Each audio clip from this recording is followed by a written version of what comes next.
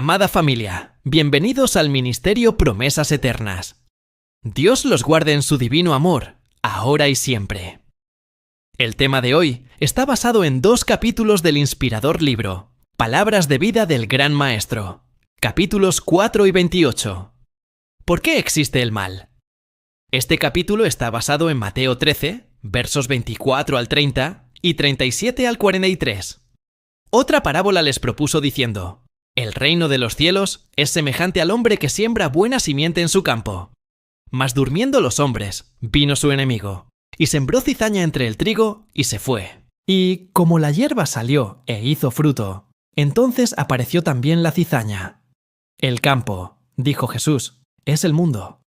Pero debemos entender que esto significa la Iglesia de Cristo en el mundo.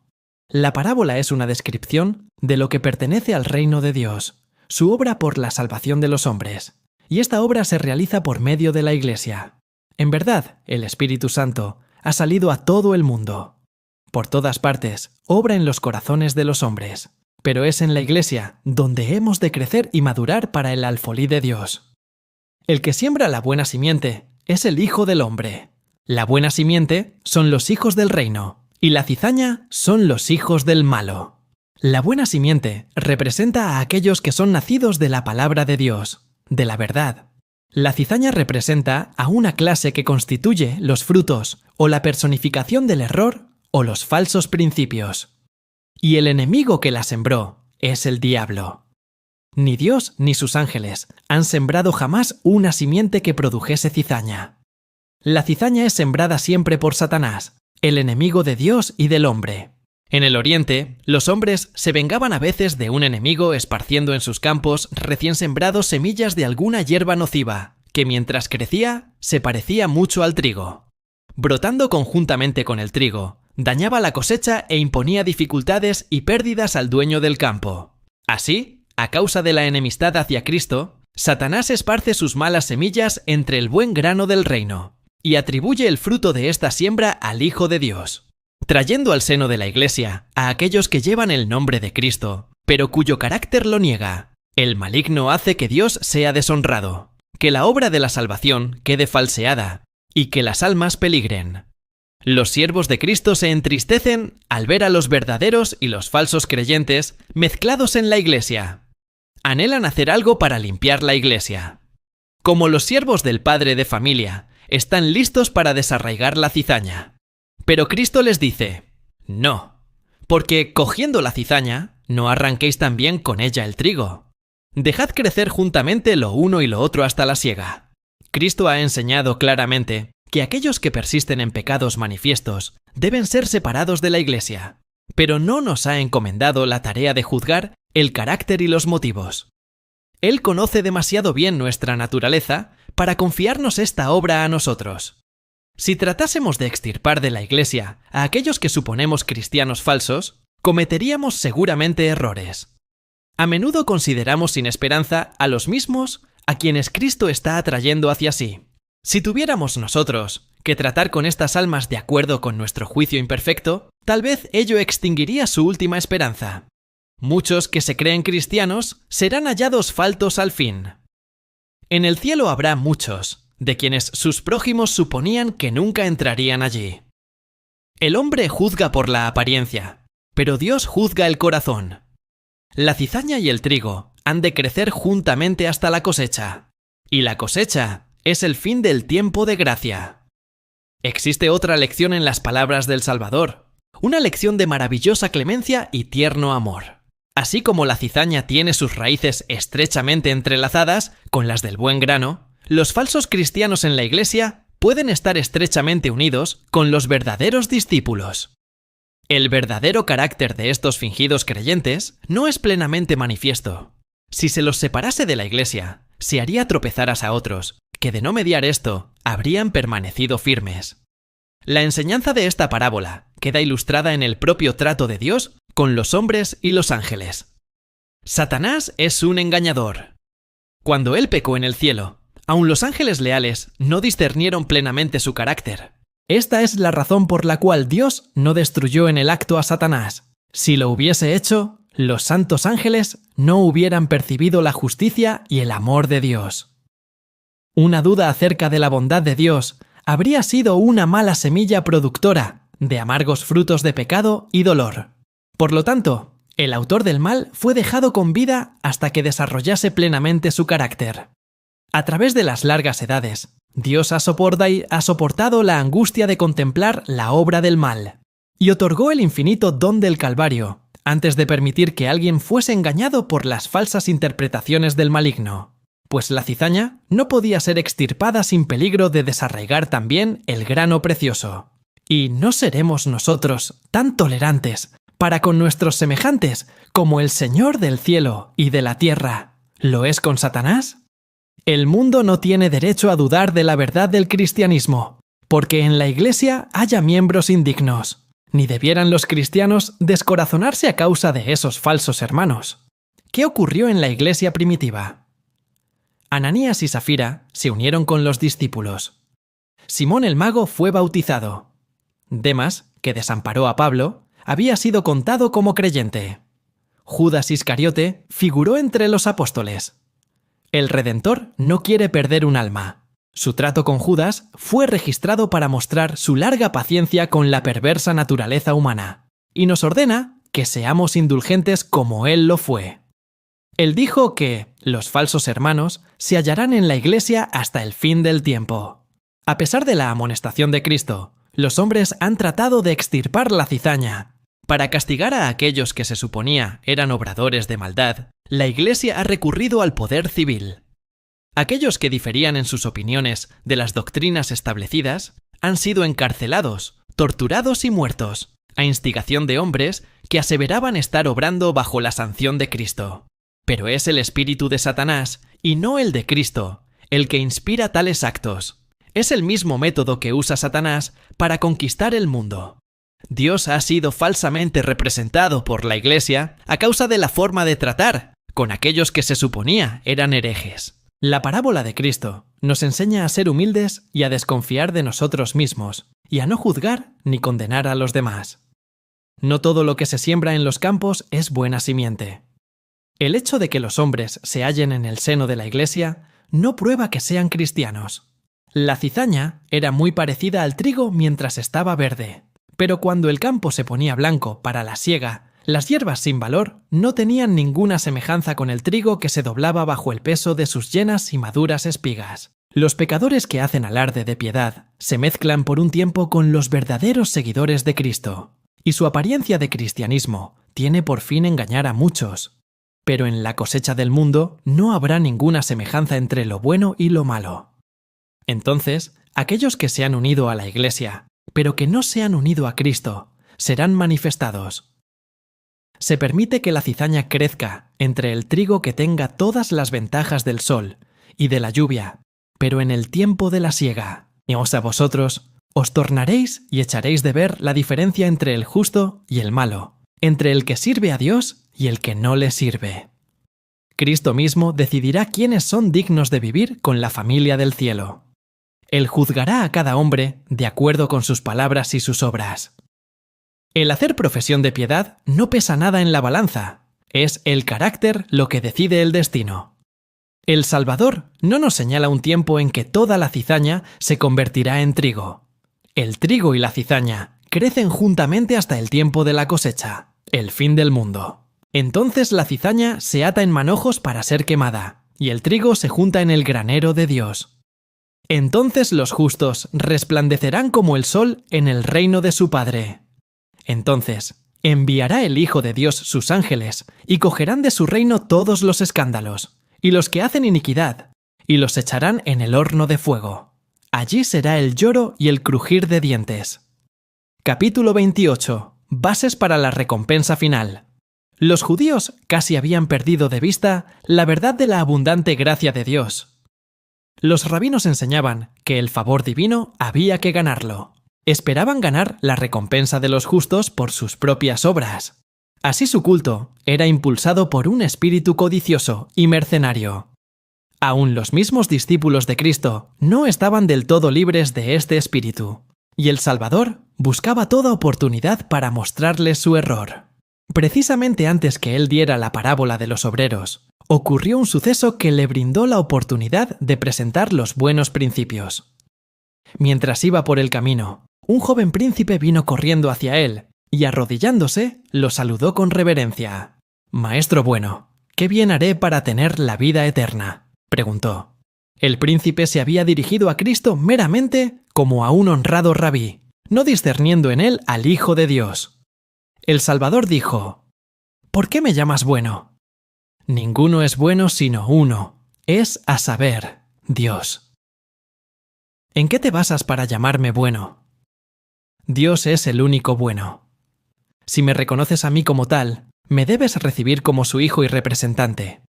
Si quieres entrar en la vida, añadió, guarda los mandamientos. El carácter de Dios está expresado en su ley. Y para que estés en armonía con Dios, los principios de su ley deben ser la misma fuente de cada acción tuya. Cristo no disminuye las exigencias de la ley. En un lenguaje inconfundible, presenta la obediencia a ella como la condición de la vida eterna, la misma condición que se requería de Adán antes de su caída. El Señor no espera menos del alma, ahora que lo que esperó del hombre en el paraíso: perfecta obediencia, justicia inmaculada. El requisito que se ha de llenar bajo el pacto de la gracia es tan amplio como el que se exigía en el Edén. La armonía con la ley de Dios, que es santa, justa y buena. A las palabras, guarda los mandamientos, el joven respondió: ¿cuáles? Él pensaba que se refería a algunos preceptos ceremoniales, pero Cristo estaba hablando de la ley dada desde el Sinaí. Mencionó varios mandamientos de la segunda tabla del Decálogo, y entonces los resumió todos en el precepto: amarás a tu prójimo como a ti mismo. El joven respondió sin vacilación: todo esto guardé desde mi juventud. ¿Qué más me falta? Lo sé, su concepción de la ley era externa y superficial. Juzgado por una norma humana, él había conservado un carácter intachable. En alto grado, su vida externa había estado libre de culpa. Ciertamente pensaba que su obediencia había sido sin defecto. Sin embargo, tenía un secreto temor de que no estuviera todo bien entre su alma y Dios. Esto fue lo que lo indujo a preguntar: ¿qué más me falta? Si quieres ser perfecto, dícele Jesús, anda, vende lo que tienes y dalo a los pobres, y tendrás tesoro en el cielo. Y ven, sígueme. Y oyendo el mancebo esta palabra, se fue triste, porque tenía muchas posesiones. El que se ama a sí mismo es un transgresor de la ley. Jesús deseaba revelarle esto al joven, y le dio una prueba que pondría de manifiesto el egoísmo de su corazón. Le mostró la mancha de su carácter. El joven no deseaba mayor iluminación. Había acariciado un ídolo en el alma. El mundo era su Dios. Profesaba haber guardado los mandamientos, pero carecía del principio que es el mismo espíritu y la vida de todos ellos. No tenía un verdadero amor a Dios o al hombre. Esto significaba la carencia de algo que lo calificaría para entrar en el reino de los cielos. En su amor a sí mismo y a las ganancias mundanales, estaba en desacuerdo con los principios del cielo. Cuando este joven príncipe vino a Jesús, su sinceridad y fervor ganaron el corazón del Salvador. Mirándole, amóle. En este joven vio él a uno que podría ser útil como predicador de justicia. Él quería recibir a este noble y talentoso joven, tan prestamente como recibió a los pobres pescadores que lo siguieron. Si el joven hubiera consagrado su habilidad a la obra de salvar almas, habría llegado a ser un diligente obrero de éxito para Cristo. Pero primeramente debía aceptar las condiciones del discipulado. Debía consagrarse a sí mismo sin reservas a Dios. Al llamado del Salvador, Juan, Pedro, Mateo y sus compañeros, dejadas todas las cosas, levantándose, le siguieron. La misma consagración se exigió del joven príncipe. Y en esto Cristo no pidió un sacrificio mayor del que él mismo había hecho. Por amor de vosotros se hizo pobre, siendo rico, para que vosotros por su pobreza fueseis enriquecidos. El joven rico solo tenía que seguir el camino recorrido por Cristo. Cristo miró al joven y anheló que le entregara su alma. Anheló enviarlo como un mensajero de bendición a los hombres. En lugar de aquello que lo invitó a entregarle, Cristo le ofreció el privilegio de su compañía. «Sígueme», dijo. Este privilegio había sido considerado como un gozo por Pedro, Santiago y Juan. El joven mismo miraba a Cristo con admiración. Su corazón era atraído hacia el Salvador, pero no estaba listo a aceptar el principio del sacrificio propio expresado por el Salvador. Elegía sus riquezas antes que a Jesús. Anhelaba la vida eterna, pero no quería recibir en el alma ese amor abnegado, el único que es vida, y con un corazón pesaroso se apartó de Cristo. Al alejarse el joven, Jesús dijo a sus discípulos: «Cuán dificultosamente entrarán en el reino de Dios los que tienen riquezas». Estas palabras asombraron a los discípulos. Se les había enseñado a considerar a los ricos como los favoritos del cielo. Ellos mismos esperaban recibir riquezas y poder mundanos en el reino del Mesías. Y si el rico no entraba en el reino de los cielos, ¿qué esperanza podría haber para el resto de los hombres?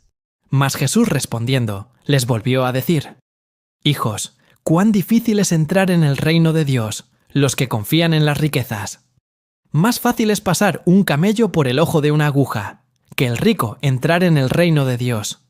Y ellos se espantaban más. Ahora se daban cuenta de que ellos mismos estaban incluidos en la solemne amonestación. A la luz de las palabras del Salvador, fue revelado su propio anhelo secreto de poder y riquezas. Con dudas respecto a ellos mismos, exclamaron: «¿Y quién podrá salvarse?». Entonces, Jesús mirándolos, dice: «Para los hombres es imposible, mas para Dios no, porque todas las cosas son posibles para Dios». Un hombre rico, como tal, no puede entrar en el reino de los cielos. Su riqueza no le da ningún título a la herencia de los santos en luz. Es solo por la gracia inmerecida de Cristo como un hombre puede hallar entrada en la ciudad de Dios. No menos para el rico que para el pobre. Son las palabras que habló el Espíritu Santo. «No sois vuestros, porque comprados sois por precio». Cuando los hombres crean esto, considerarán sus posesiones como un préstamo que ha de ser usado como Dios dirija, para la salvación de los perdidos y el consuelo de los que sufren y los pobres. Para el hombre esto es imposible, porque el corazón se adhiere a su tesoro terrenal. El alma que está unida en servicio a Mamón es sorda al clamor de la necesidad humana, pero para Dios todas las cosas son posibles. Al contemplar el incomparable amor de Cristo, el corazón egoísta será ablandado y subyugado. El hombre rico será inducido como lo fue Saulo el fariseo a decir: «Las cosas que para mí eran ganancia, helas, reputado pérdidas por amor de Cristo. Y ciertamente, aún reputo todas las cosas pérdida por el eminente conocimiento de Cristo Jesús mi Señor». Entonces, no considerarán nada como suyo propio. Se regocijarán de considerarse a sí mismos como mayordomos de la multiforme gracia de Dios, y por su causa, siervos de todos los hombres. Pedro fue el primero en reponerse de la secreta convicción obrada por las palabras del Salvador. Pensó con satisfacción en lo que él y sus hermanos habían abandonado por Cristo. «He aquí», dijo, «nosotros hemos dejado todo y te hemos seguido». Recordando la promesa condicional hecha al joven príncipe: «Tendrás tesoro en el cielo». Ahora preguntó qué habían de recibir él y sus compañeros como recompensa por sus sacrificios.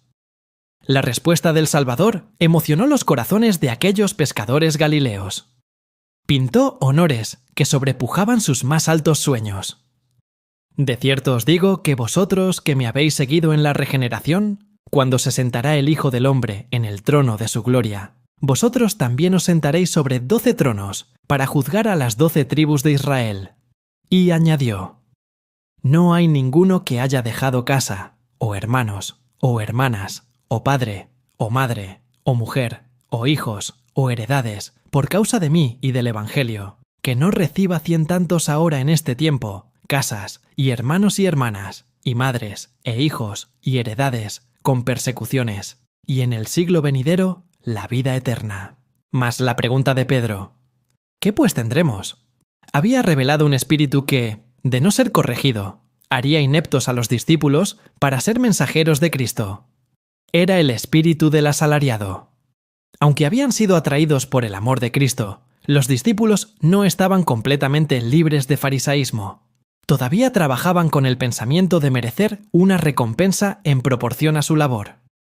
acariciaban un espíritu de exaltación y complacencia propias, y hacían comparaciones entre ellos. Cuando alguno de ellos fracasaba en algún respecto, los otros se sentían superiores. Para que los discípulos no perdieran de vista los principios del Evangelio Cristo, les relató una parábola que ilustraba la manera en la cual Dios trata con sus siervos y el espíritu con el cual Él quiere que trabajen para Él. El reino de los cielos, dijo Él, es semejante a un hombre, padre de familia, que salió por la mañana a ajustar obreros para su viña. Era costumbre que los hombres que buscaban empleo esperaran en el mercado, y allá iban los contratistas a buscar siervos. Se representa al hombre de la parábola saliendo a diferentes horas para emplear obreros. Aquellos que son empleados en las primeras horas convienen en trabajar por una suma determinada. Los que son ajustados más tarde dejan su sueldo al juicio del dueño de casa. Y cuando fue la tarde del día, el señor de la viña dijo a su mayordomo: «Llama a los obreros y págales el jornal, comenzando desde los postreros hasta los primeros». Y viniendo los que habían ido cerca de la hora 11, recibieron cada uno un denario. Y viniendo también los primeros, pensaban que habían de recibir más, pero también ellos recibieron cada uno un denario. El trato del jefe de la casa con los obreros de su viña representa la forma en que Dios se relaciona con la familia humana. Dicho trato es contrario a las costumbres que prevalecen entre los hombres. En los negocios mundanales se otorga la compensación de acuerdo con la obra realizada. El obrero espera que se le pague únicamente lo que gana. Pero en la parábola, Cristo estaba ilustrando los principios de su reino, un reino que no es de este mundo. Él no se rige por una norma humana. El Señor dice: «Mis pensamientos no son vuestros pensamientos, ni vuestros caminos mis caminos. Como son más altos los cielos que la tierra, así son mis caminos más altos que vuestros caminos, y mis pensamientos más que vuestros pensamientos». En la parábola, los primeros obreros convinieron en trabajar por una suma estipulada, y recibieron la cantidad que se había especificado, nada más. Los que fueron ajustados más tarde creyeron en la promesa del patrón: «Os daré lo que fuere justo». No, mostraron su confianza en él, no haciendo ninguna pregunta con respecto a su salario. Confiaron en su justicia y equidad, y fueron recompensados, no de acuerdo con la cantidad de su trabajo, sino según la generosidad de su propósito. Así Dios quiere que confiemos en aquel que justifica al impío. Concede su recompensa, no de acuerdo con nuestro mérito, sino según su propio propósito, que hizo en Cristo Jesús nuestro Señor. No por obras de justicia que nosotros habíamos hecho, mas por su misericordia nos salvó. Y en favor de aquellos que confían en Él, obrará mucho más abundantemente de lo que pedimos o entendemos. No es la cantidad de trabajo que se realiza o los resultados visibles, sino el espíritu con el cual la obra se efectúa, lo que le da valor ante Dios. Los que vinieron a la viña a la hora 11 estaban agradecidos por la oportunidad de trabajar. Sus corazones estaban llenos de gratitud hacia la persona que los aceptó, y cuando al final de la jornada el jefe de la casa les pagó por el día entero, estaban grandemente sorprendidos. Sabían que no habían ganado ese salario, y la bondad revelada en el semblante de su empleador los llenó de gozo. Nunca olvidaron la bondad del dueño de la casa, ni la generosa recompensa que habían recibido. Esto es lo que ocurre con el pecador, que, conociendo su falta de méritos, ha entrado en la viña del Señor a la hora 11. Su tiempo de servicio parece muy corto, no se siente digno de recompensa alguna, pero está lleno de gozo, porque por lo menos Dios lo ha aceptado. Trabaja con un espíritu humilde y confiado, agradecido por el privilegio de ser un colaborador de Cristo. Dios se deleita en honrar este espíritu. El Señor desea que confiemos en Él sin hacer preguntas con respecto a nuestra recompensa. Cuando Cristo mora en el alma, el pensamiento de recompensa no primará. Este no es el motivo que impulsa nuestro servicio. Es cierto que, en un sentido secundario, debemos tener en cuenta la recompensa. Dios desea que apreciemos las bendiciones que nos ha prometido, pero no quiere que estemos muy ansiosos por la remuneración, ni que pensemos que por cada deber hemos de recibir un galardón. No debemos estar tan ansiosos de obtener el premio como de hacer lo que es recto, independientemente de toda ganancia. El amor a Dios y a nuestros semejantes debe ser nuestro motivo. Esta parábola no excusa a los que oyen el primer llamamiento a trabajar, pero no entran en la viña del Señor. Cuando el dueño de la casa fue al mercado a la hora 11 y encontró a algunos hombres sin ocupación, dijo: ¿Por qué estáis aquí todo el día ociosos? La respuesta fue: porque nadie nos ha ajustado. Ninguno de los que fueron llamados hacia la tarde del día estaba allí por la mañana. No habían rechazado el llamamiento. Aquellos que rechazan y luego se arrepienten, hacen bien en arrepentirse, pero no es seguro jugar con el primer llamamiento de la misericordia. Cuando los trabajadores de la viña recibieron cada uno un denario, los que habían comenzado a trabajar temprano en el día se ofendieron. No habían trabajado ellos durante 12 horas. Razonaron, y no era justo que recibieran más que aquellos que habían trabajado solamente 1 hora en la parte más fresca del día. Estos postreros solo han trabajado 1 hora, dijeron. Y los has hecho iguales a nosotros, que hemos llevado la carga y el calor del día. Amigo, respondió el patrón a uno de ellos, no te hago agravio. ¿No te concertaste conmigo por un denario? Toma lo que es tuyo y vete. Mas quiero dar a este postrero como a ti. ¿No me es lícito a mí hacer lo que quiero con lo mío? ¿O es malo tu ojo, porque yo soy bueno? Así los primeros serán postreros, y los postreros primeros, porque muchos son llamados, mas pocos escogidos.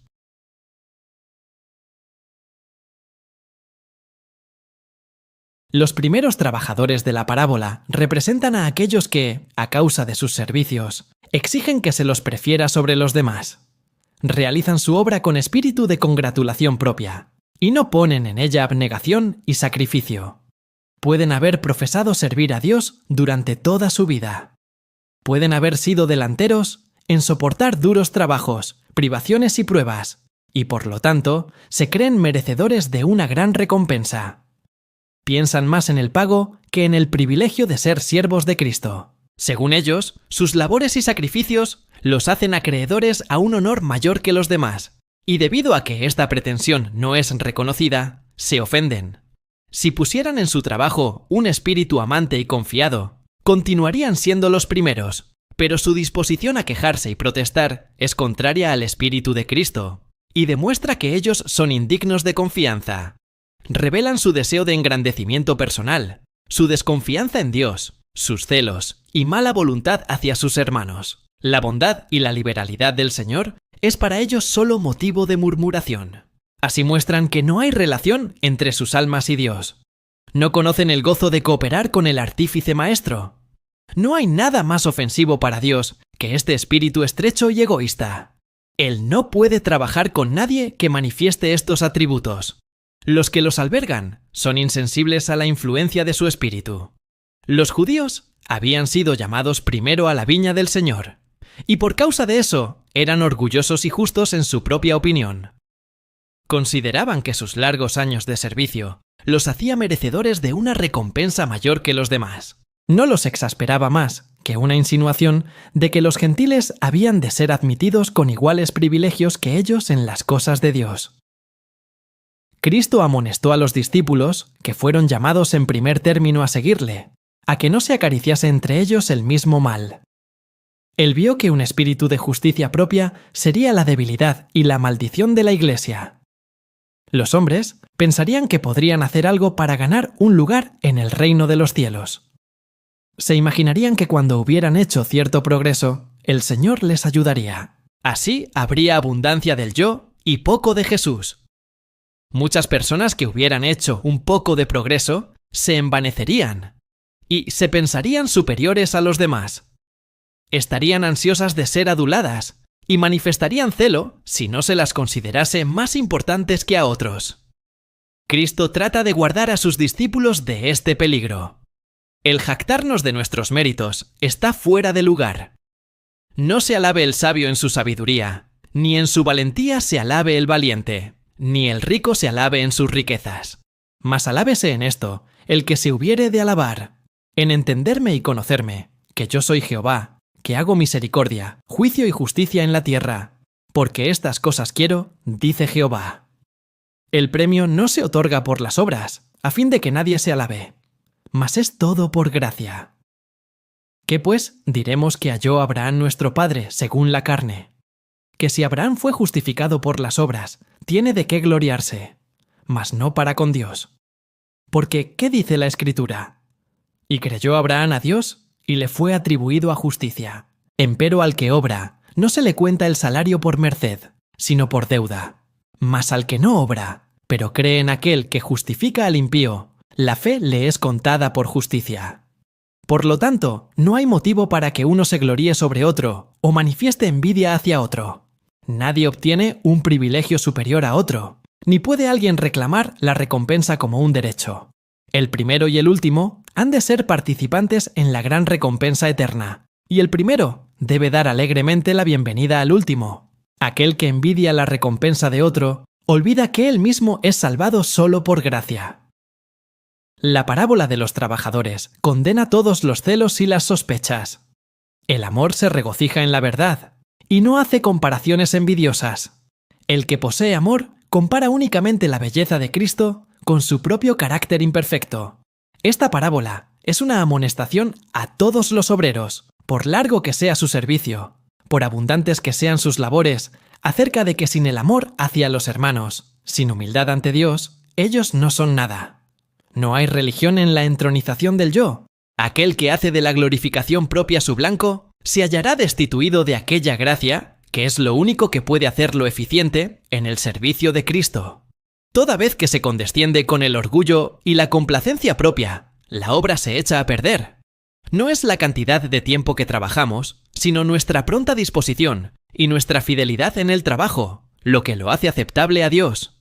En todo nuestro servicio se requiere una entrega completa del yo. El deber más humilde, hecho con sinceridad y olvido de sí mismo, es más agradable a Dios que el mayor trabajo cuando está echado a perder por el engrandecimiento propio.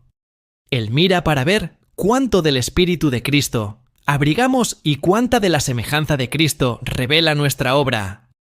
Él considera mayores el amor y la fidelidad con que trabajamos que la cantidad que efectuamos. Tan solo cuando el egoísmo está muerto, cuando la lucha por la supremacía está desterrada, cuando la gratitud llena el corazón y el amor hace fragante la vida, tan solo entonces Cristo mora en el alma, y nosotros somos reconocidos como obreros juntamente con Dios. Por cansador que sea su trabajo, los verdaderos obreros no lo considerarán como un tráfago penoso. Están dispuestos a gastarse y ser gastados. Pero es un trabajo gozoso, hecho con un corazón alegre.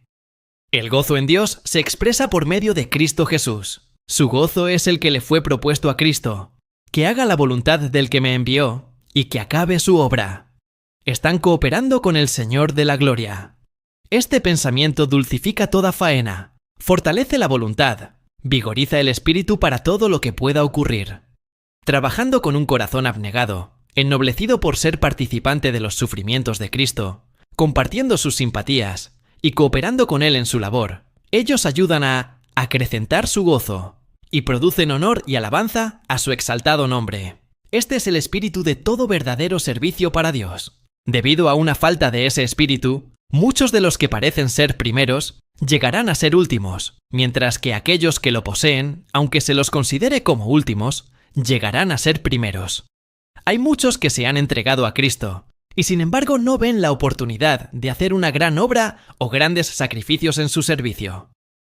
Estos pueden encontrar consuelo en el pensamiento de que no es necesariamente la entrega que se hace en el martirio la que es más agradable a Dios. Puede ser que no sea el misionero que diariamente ha soportado el peligro y encarado la muerte, el que se destaque en primer plano en los registros celestiales.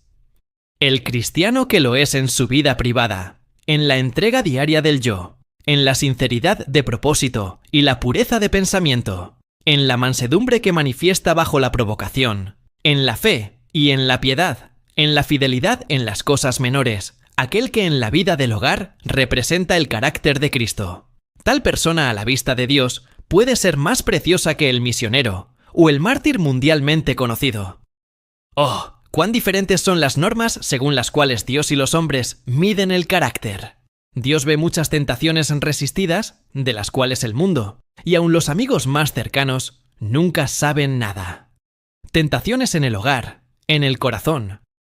Él nota la humildad que siente el alma al ver su propia debilidad, el sincero arrepentimiento, hasta de un pensamiento que es malo. Él ve la devoción ferviente a su servicio. Él ha notado las horas de dura batalla con el yo, una batalla que gana la victoria. Todo esto lo saben Dios y los ángeles. Un libro de memoria es escrito ante Él para aquellos que temen a Dios y piensan en su nombre. El secreto del éxito no ha de ser hallado en nuestro conocimiento, en nuestra posición, en el número que constituimos o en los talentos que se nos han confiado, ni en la voluntad del hombre. Sintiendo nuestra deficiencia, hemos de contemplar a Cristo, y por medio de aquel que es la fuerza de toda fuerza, el pensamiento de todo pensamiento, la persona voluntaria y obediente, obtendrá una victoria tras otra. Y por corto que sea nuestro servicio o humilde nuestro trabajo, si con una fe sencilla seguimos a Cristo, no seremos chasqueados en cuanto a la recompensa. Aquello que aun los mayores o los más sabios hombres no pueden ganar, el más débil y el más humilde pueden recibir. Los áureos portales del cielo no se abrirán ante el que se exalta a sí mismo. No darán paso a los de espíritu soberbio. Pero los eternos portales se abrirán de par en par ante el toque tembloroso de un niñito. Bendita será la recompensa de gracia concedida a los que trabajaron por Dios con simplicidad de fe y amor.